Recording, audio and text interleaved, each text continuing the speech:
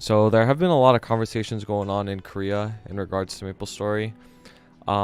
They recently, 11 hours ago or so, had a 2023 Maple Vision talk where the directors came on stream and addressed some of the concerns that are going on in the community. And I just wanted to share kind of what they talked about, the most important takeaways, and what are the implications of, that kind of conversation. This is relevant, as we know, everything that happens in Korean Maplestory will happen to our server in North America, global server, eventually. So I think it's very important to talk about it. I want to make it clear that we shouldn't jump to conclusions super quickly. It's always best to wait and see what happens exactly. But I do want to open up this video for discussion. I want to hear what you guys think in the comments, and we could probably talk about it. I'll be talking about it on my stream probably all the time as well. And, I'm just interested to see what everybody thinks. And then I'll share my thoughts about it towards the end. Yeah, so let's just break down every single thing that they talked about. I wrote down some notes. So if you see me looking to the side, that's why I just have notes.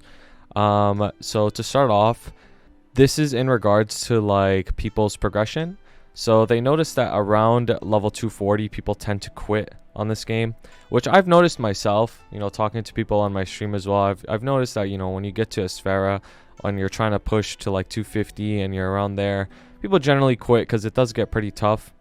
So what they're going to do to remedy this is they're going to reduce the curve again from up to level 260. So hey, that's a good thing. It's going to be leveling is going to be even easier up to 260. So hey, I'll take that.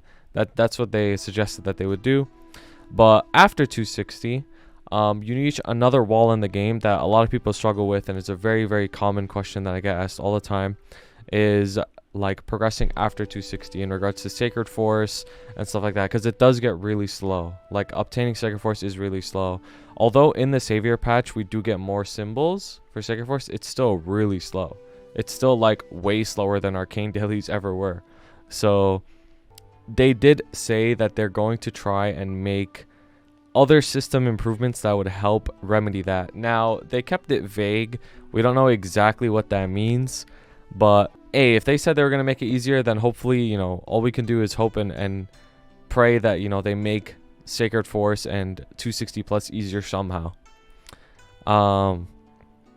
In my opinion, the way it's set up, having a Sacred Force requirement to kill the mobs, I'm not exactly sure how they can make it easier, but if I don't have the solution, that doesn't mean there is no solution, of course. I just don't know how they would go about it, because it just feels like as long as you don't have enough sack, you're not going to kill the mobs no matter what. You just need sack. But who knows what they'll do. So moving on from that, they talked about gear progression. So right now it's pretty tough to transition gear. So I'll give you an example. Let's say you have your Pentalier set and you want to go to Abso, or you want to go from Abso to Arcane. It's tough to just put on each piece one by one. You kind of have to get 2 or 3 pieces for it to be worth to transition to. So they kind of want to remedy that so that people can kind of switch from Abso to Arcane easier. Well, not just Abso and Arcane specifically, just all gear in general. You could just upgrade easier instead of having to kind of get almost the whole set. Then you could upgrade all at once. So they want to do that, which is a nice thing as well. That is another nice thing. So, we love that. We love that. A few more things in regards to bossing that they talked about. So right now, obviously we understand that bosses have practice mode. If we go to Darknell, for example, right? There's practice mode. You could enter practice mode. But some bosses don't have practice mode, which I always found pretty interesting. Why they don't have any practice mode. And one of them being Saren. Why is there no Saren practice mode? So they did address that, they'll probably be adding practice modes to all the bosses, which is really, really nice, because the learning curve for bosses that don't have practice mode is obviously much, much, much steeper. Yeah, so as you can see here, there's no practice mode for Saren. You just kind of have to go in full buff and pray that you can make good progress. So with that though, like I said, you have the full buff.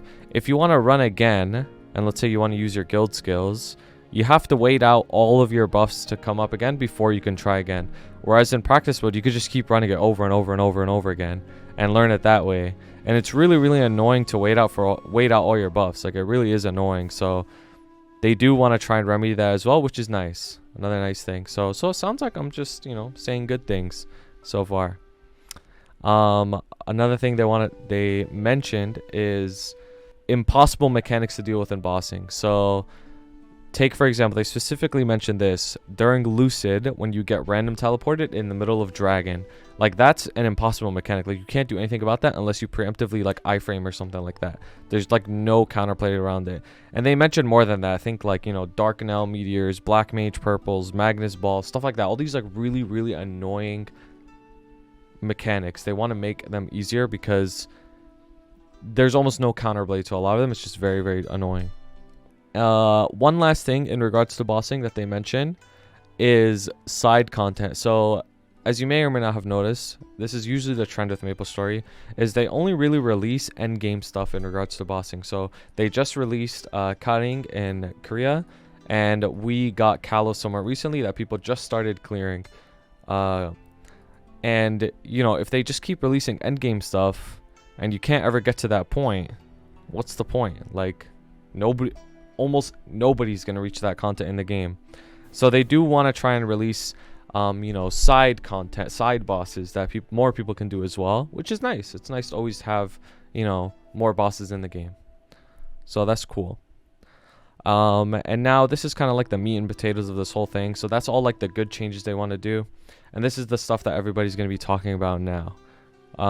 So the reboot versus non-reboot conversation. So just to give a quick summary, a lot of the non-reboot players in KMS are unhappy with the way things are over there, with Pitch Boss being untradeable and the progression, requiring a lot of money and not feeling as good as Reboot. And a lot of the Korean non-Reboot players move to Reboot, especially their big streamers, have noticed that the Reboot progression is much, much easier and much more rewarding, and they really love it over there. So what they want is they want them to buff non-Reboot server. That's what they want. Some people obviously want them to nerf Reboot, but I don't agree with that, but that's fine. And the directors came out and they talked about it, and they said that they do admit that this whole time they kind of viewed Reboot as Reboot and non-Reboot as two separate games. They kind of just saw it that way when they really shouldn't have. And they talked about the advantages in each server. So in non-Reboot, they made a fact that non-Reboot has the economy to skip progression. So if you wanted to for example, get certain gear and you didn't want to wait, like arcanes, like you didn't want to wait for the boss crystals to make it yourself, you have a way out of that by going through the economy and buying it through other players. So that's your way out. But they also kind of implied that they want that way out of progression to be exclusive to the non-Reboot server. And what do I mean by that? So in the server that I play, Reboot, a way to get ahead is to get carried, right? Obviously, getting carries helps your progression. You could get lucky and get arcane drops, for example, or start your arcane journey earlier than other people because you're running the bosses at a lower level that normally you wouldn't be able to run.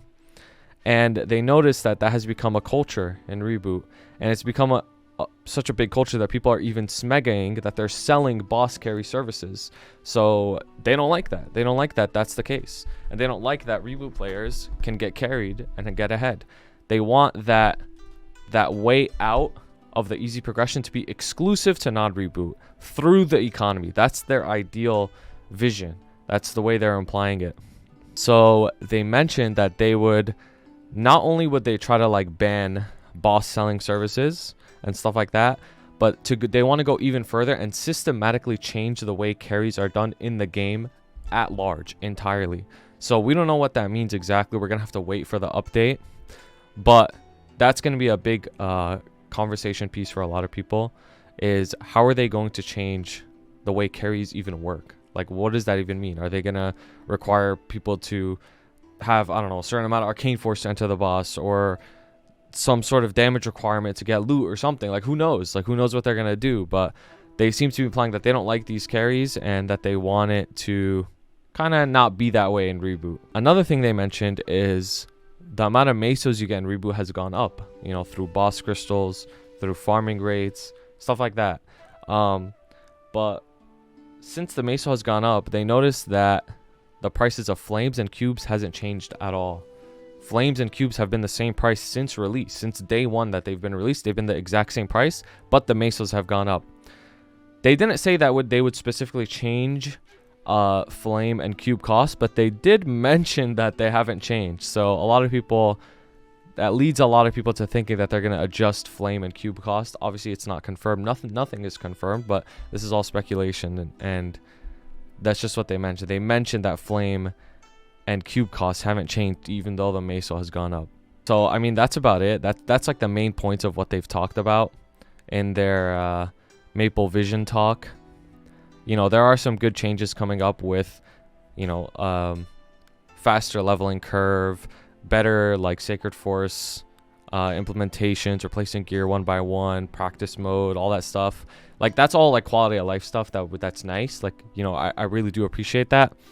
But, you know, I'll give my opinion on the whole like Reboot versus non-reboot thing. Honestly, I don't think potentially nerfing Reboot is the solution.